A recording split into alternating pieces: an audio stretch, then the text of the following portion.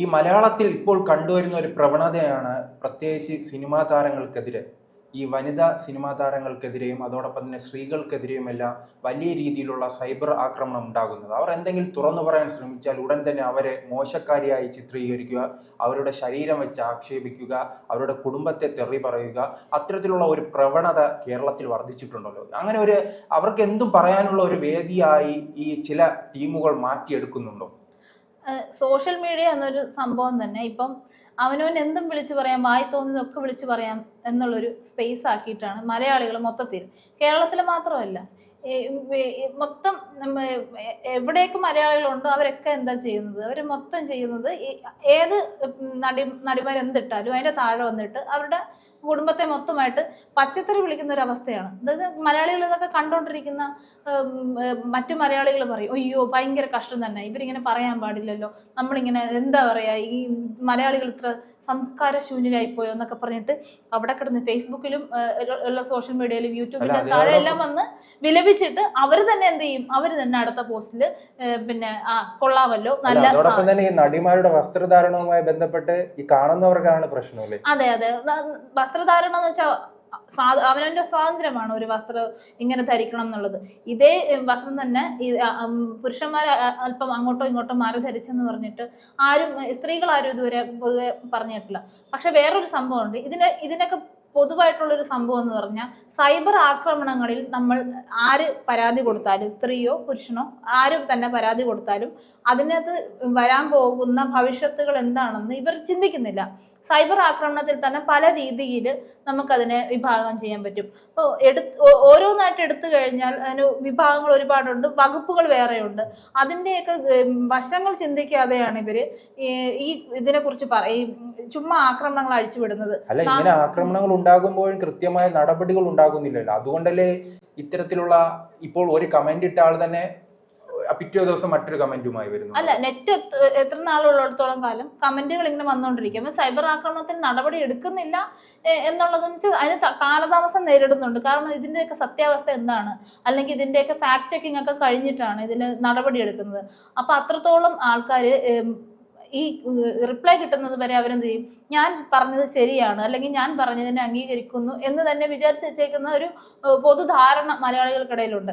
അത് ശരിക്കും തെറ്റാണ്. കാരണം അതിനെടുക്കുന്ന സമയമല്ല, ആ ഒരു സാധനം നടപടി എടുത്തു വരുമ്പോഴത്തേക്കും പിന്നെ അവരനുഭവിക്കാൻ പോകുന്നത് വളരെ വലിയ ഗുരുതരമായ ശിക്ഷാവിധികളാണ് ഇവർക്ക് തോന്നാറുള്ളത്. കാരണം നമ്മൾ ഒരു വീട്ടിലായിരിക്കുമല്ലോ, വീട്ടിലല്ലെങ്കിൽ ഏതെങ്കിലും ഒരു മുറിയിലായിരിക്കും. ആ മുറിയിലേക്ക് ഇന്ത്യയുടെ നിയമ സംവിധാനം കടന്നു വരില്ല, തന്നെ ആരും അറിയില്ല എന്നൊരു ആത്മവിശ്വാസമാണ് അത്തരം ആത്മവിശ്വാസം ഉള്ളത് കൊണ്ടാണ് ഇവർക്ക് വീണ്ടും വീണ്ടും ഇത്തരത്തിൽ ഈ നടിമാരെ ആക്ഷേപിക്കാൻ വേണ്ടി പറ്റുന്നത്. അതോടൊപ്പം തന്നെ ഞാൻ കണ്ടിട്ടുണ്ട് ഈ 18 വയസ്സിന് താഴെയുള്ള ഈ പെൺകുട്ടികളെല്ലാം ഈ സോഷ്യൽ മീഡിയയിൽ ആക്റ്റീവായി നിൽക്കുന്നവരെല്ലാം ഈ തങ്ങളുടെ ചിത്രങ്ങൾ ഇടുമ്പോൾ വളരെ മോശമായി ദ്വയാർത്ഥ പ്രയോഗങ്ങളോടുകൂടി തന്നെ അവർ ഈ ഇത്തരം കമന്റുകളുമായി രംഗത്ത് വരാനുള്ളത് അവരുടെ ധൈര്യമാണ്. കാരണം അത് കൃത്യമായി തന്നെ അവരെ ഈ നിയമത്തിന് മുന്നിൽ കൊണ്ടുവന്നിരുന്നെങ്കിൽ ബാക്കിയുള്ളവർക്കെങ്കിലും ആ ഒരു ഭയപ്പാടുണ്ടാക്കില്ലേ. ഇതിപ്പോ രാഷ്ട്രീയത്തിലും ഇതിപ്പം സിനിമാ താരങ്ങൾക്ക് മാത്രമല്ല, സൈബർ ആക്രമണങ്ങൾ എന്ന് പറഞ്ഞാൽ രാഷ്ട്രീയ പ്രവർത്തകർക്ക് നേരെ ഇപ്പം ഒരു സാധാരണക്കാരിയായിട്ടുള്ളൊരു വ്ളോഗർ ആയിക്കോട്ടെ, ഇപ്പം അല്ലെങ്കിൽ മാധ്യമപ്രവർത്തകർ തന്നെ ആയിക്കോട്ടെ, ഞങ്ങളെപ്പോലുള്ള സ്ത്രീകളായിട്ടുള്ള മാധ്യമപ്രവർത്തകർ തന്നെ ആയിക്കോട്ടെ, രാഷ്ട്രീയ അജണ്ടയാണ് വെച്ചിട്ടാണ് അവരെന്തെങ്കിലും സംസാരിക്കുന്നതെങ്കിൽ അതിൻ്റെ താഴെ വന്ന് നീ ഞാൻ കൂട്ടിയല്ല തെറിയല്ലാതെ അതിനകത്ത് ഒന്നും പറയത്തിന് ഒരുപാട് അനുഭവങ്ങൾ അത് നമുക്ക് ഉണ്ടായിട്ടുണ്ട്. പക്ഷെ അതിനകത്ത് നമ്മൾ മറുപടി പറയാൻ പോകാത്തതെന്ന് കാരണം വെച്ചാൽ ഇതിന് ഓരോന്നിനും നമ്മൾ മറുപടി പറയും, ഒരു 100 റിപ്ലൈകൾ വീണ്ടും ഉണ്ടായിക്കൊണ്ടിരിക്കും. നമുക്ക് അതിന് പുറകെ പോകാനുള്ള നേരമില്ലാത്തതുകൊണ്ട്. പിന്നെ അത്രയ്ക്കും ഹേർട്ടായിട്ടുള്ള സംഭവം എന്ന് പറഞ്ഞു കഴിഞ്ഞാൽ ഈ നടിമാരുടെ കാര്യം എന്ന് പറഞ്ഞാൽ ഇപ്പം ഈ ഹണി റോസിന് ഉണ്ടായിരിക്കുന്നത് വെച്ചാൽ ഹണി റോസിനെ പിന്തുടർന്ന് ആക്രമിക്കും പോലെ ആയിപ്പോയി.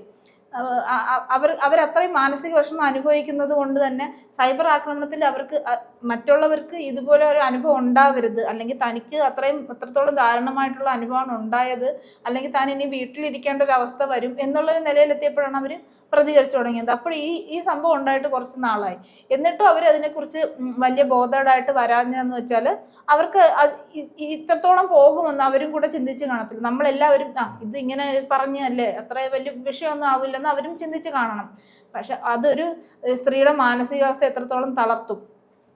സ്ത്രീകളെന്നല്ല, സൈബർ ആക്രമണം നേടുന്ന എല്ലാ സ്ത്രീയോ പുരുഷനോ ജെൻഡർ ലിംഗ വ്യത്യാസമില്ല. അങ്ങനെയുള്ള എന്ത് ഈ ആക്രമണങ്ങളാണെങ്കിലും അതിന് നടപടി എടുക്കുന്നത് വരെ ഞാൻ രക്ഷപ്പെട്ടു എന്നുള്ളൊരു നിലപാടിലാണ് ഇവരിരിക്കുന്നത്. ഈ ഹണി റോസുമായി ബന്ധപ്പെട്ട് ഈ വിമർശകർ പറയുന്നത് ഇവർ ഉദ്ഘാടന ചടങ്ങിൽ ആ ചടങ്ങിന് എത്തുമ്പോഴുള്ള വസ്ത്രധാരണമാണല്ലോ. ഈ വസ്ത്രധാരണത്തെ ഉയർത്തിക്കാട്ടിയാണ് ഇപ്പോൾ ഈ, കാരണം ഇവർ ഒരു ആരോപണ വിധേയൻ അവരെ ഈ പരിഹസിച്ചു എന്നത് ഒരു വ്യക്തി അവർ ആരോപണ വിധേയനാക്കുന്നുണ്ടല്ലോ. ആ വ്യക്തിക്ക് അനുകൂലമായി സംസാരിക്കുന്നവർ ഈ കമന്റിന് താഴെ വന്ന് പറയുന്നത് ഈ ഹണി റോസിന്റെ വസ്ത്രധാരണത്തെ കുറിച്ചാണ്. അത് ശരിയാണോ തെറ്റാണോ? വസ്ത്രധാരണം ശരിയാണോ തെറ്റാണെന്ന് പറയാൻ ഞാനോ നിങ്ങളോ നമ്മൾ ആരും ഇതല്ല. അങ്ങനെ നമുക്ക് ആർക്കും മറ്റുള്ളവരുടെ വസ്ത്രധാരണ ചോദ്യം ചെയ്യാനോ ഒന്നിനും അർഹത. പക്ഷെ അവരെ വിളിക്കുന്നവർക്കറിയാം അവരിങ്ങനെയാണ് വസ്ത്രം ധരിക്കുന്നത്, പൊതുമധ്യത്തിൽ വന്നാൽ അവരിങ്ങനെയൊക്കെ ആയിരിക്കും. അല്ലെങ്കിൽ നമ്മൾ ഒരു ഉദ്ഘാടന ചടങ്ങിന് എത്തുന്നവരോട് നമ്മൾ മുൻകൂറായിട്ട് പറയണം. അപ്പം നമ്മൾ ഓസ്കാർക്ക് ചടങ്ങിനൊക്കെ കണ്ടിട്ടില്ലേ, അതിനൊരു കൃത്യമായ ഒരു യൂണിഫോം ഉണ്ട്, അല്ല ഒരു വസ്ത്രത്തിന്റെ ഒരു ഡ്രസ് കോഡ് ഉണ്ട്. അതുപോലെ നമുക്ക് വരുന്നവരോട് ഇന്ന പരിപാടിക്ക് വരുമ്പോൾ നിങ്ങൾ ഇങ്ങനെ ഉടുക്കാവുള്ളൂ, അല്ലെങ്കിൽ ഇങ്ങനെയാണ് നിങ്ങൾ പെരുമാറേണ്ടത്, ഇന്ന വിഷയമാണ് സംസാരിക്കേണ്ടത് നമുക്ക് മുൻകൂറായിട്ട് പറയാം. അവർ അപ്പൊ നിങ്ങൾക്ക് അങ്ങനെ താല്പര്യം ഇല്ലെന്നുണ്ടെങ്കിൽ അവർ വിളിക്കുന്നവരെന്ത് ചെയ്യണം, വിളിക്കുന്നവര് ഇങ്ങനത്തെ. അതോടൊപ്പം തന്നെ ഈ ഇങ്ങനത്തെ വിഷയവുമായി ബന്ധപ്പെട്ട് സോഷ്യൽ മീഡിയക്ക് വലിയ പങ്കുള്ളതായി തോന്നിയിട്ടുണ്ട്. കാരണം ഈ മാളവിക തന്നെ മറ്റൊരു ഉദ്ഘാടനവുമായി ബന്ധപ്പെട്ട് നിൽക്കുന്ന ഒരു നടി തന്നെ പറഞ്ഞിട്ടുണ്ട്, തലേ ദിവസം ഇത്തരം സമൂഹ മാധ്യമങ്ങളിലുള്ള പ്രവർത്തിക്കുന്നവർ വിളിച്ചു ചോദിക്കുന്നു എങ്ങനെയുള്ള ഡ്രസ്സാണ് ധരിക്കുന്നതെന്ന്. അങ്ങനെ ഇവർക്ക് അനുകൂലമായുള്ള ഡ്രസ്സ് ധരിച്ചില്ലെങ്കിൽ ഇത്തരക്കാർ അവിടെ എത്തുകയില്ല എന്നാണ് പറയുന്നത്. ഒരു സമൂഹം മൊത്തം ഏതോ ഒരു പ്രത്യേക മാനസികാവസ്ഥയിലേക്ക് പോകുന്ന ഒരു ദാരുണമായ കാഴ്ചയൊക്കെയാണ് നമ്മളിപ്പോൾ സാക്ഷിയായിക്കൊണ്ടിരിക്കുന്നത്. കാരണം അങ്ങനെ ഒരു മാനസികാവസ്ഥയിലുള്ള ആൾക്കാരെ കണ്ടുപിടിച്ച് അവർക്ക് വേണ്ട ചികിത്സ കൊടുക്കേണ്ടത്, മാനസികമായിട്ടുള്ള ചികിത്സ കൊടുക്കേണ്ട അത്യാവശ്യമാണ്. കാരണം എപ്പോഴാണ് ഒരാൾ തകർന്നു പോകുക എന്നറിയാത്ത രീതിയിലാണ് അവർ സംസാരിക്കുന്നത്. അപ്പം അങ്ങനെയുള്ളവരെ കണ്ടുപിടിച്ച് അവരെ വേണം ആദ്യം. നമ്മുടെ വസ്ത്രധാരണ ശരിയാക്കിയല്ല. ഇപ്പം ഒരു വയസ്സുള്ള കുട്ടിയും 60 വയസ്സുള്ള വയോധിക സ്ത്രീയും ഈ കേരളത്തിൽ പീഡിപ്പിക്കപ്പെടുന്നുണ്ട്. അപ്പോൾ നമ്മൾ ഒരു വയസ്സുള്ള കുട്ടിക്ക് നമുക്ക് ഫുൾ ഡ്രസ് ഇട്ട് ഏത് നേരം നടത്താൻ പറ്റില്ല. അപ്പോൾ ആ കുട്ടിയെ കാണുമ്പോൾ വികാരം ഉണ്ടാകുന്ന അവനെയാണ് നമ്മൾ ആദ്യം എന്ത് ചെയ്യേണ്ടത്, അയാളെ ശിക്ഷിക്കണം. അയാൾക്ക് വേണ്ട ചികിത്സ, മാനസിക രോഗ വൈദഗ്ധ്യം ലഭ്യമാക്കണം എന്നുള്ളത് സമൂഹത്തിനറിയാം.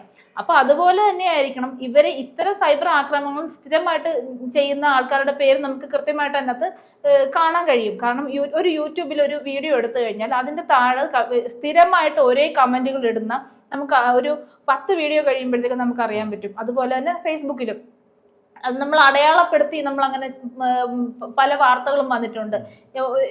കുറച്ചു കാലം ഒരു 6 മാസം മുമ്പ് വരെയുള്ള ഒരു കേസിൽ ഇതേ കണക്ക് ഒരാൾ വളരെ വൃത്തികെട്ട രീതിയിൽ എന്തോ സംസാരിച്ച് അവസാനം അയാളെ കണ്ടുപിടിച്ച് അയാൾക്കെതിരെ നന്നായിട്ട് സമൂഹ മാധ്യമത്തിലുള്ള പലരും തന്നെ തിരിച്ച് പറയുന്നൊരു അവസ്ഥ വന്നിട്ടുണ്ട്. നമുക്കത് ആ വിഷയം കൃത്യമായിട്ട് ഇപ്പൊ എനിക്ക് ഓർത്തെടുക്കാൻ കഴിയുന്നില്ല. പക്ഷെ ആ ഒരു സംഭവം പറഞ്ഞു കഴിയുമ്പോൾ എല്ലാവർക്കും മനസ്സിലാകും. അതെ അതെ, അതുപോലത്തെ സ്ഥിരം കേസുകൾ. അപ്പൊ നമുക്ക് അത് കണ്ടെത്താവുന്നതേ ഉള്ളൂ. അവർക്കാണ് ചികിത്സ ലഭ്യമാക്കേണ്ടത്. നമ്മുടെ വസ്ത്രധാരണം ശരിയായത് കൊണ്ടോ നമ്മുടെ വസ്ത്രധാരണം തെറ്റായത് കൊണ്ടോ അത് നമ്മളുടെ ശരി മറ്റുള്ളവർക്ക് തെറ്റായിരിക്കാം. അതുകൊണ്ട് നമ്മുടെ വസ്ത്രധാരണമല്ല, ഇങ്ങനെയുള്ളവരുടെ മാനസിക നില നമ്മൾ പരിശോധിക്കേണ്ടിയിരിക്കുന്നു. അവർക്ക് വേണ്ട ചികിത്സ ലഭ്യമാക്കണം. ഇല്ലെങ്കിൽ അടുത്ത തലമുറയെ പോലും നമുക്ക് രക്ഷിക്കാൻ കഴിഞ്ഞെന്ന് വരത്തില്ല.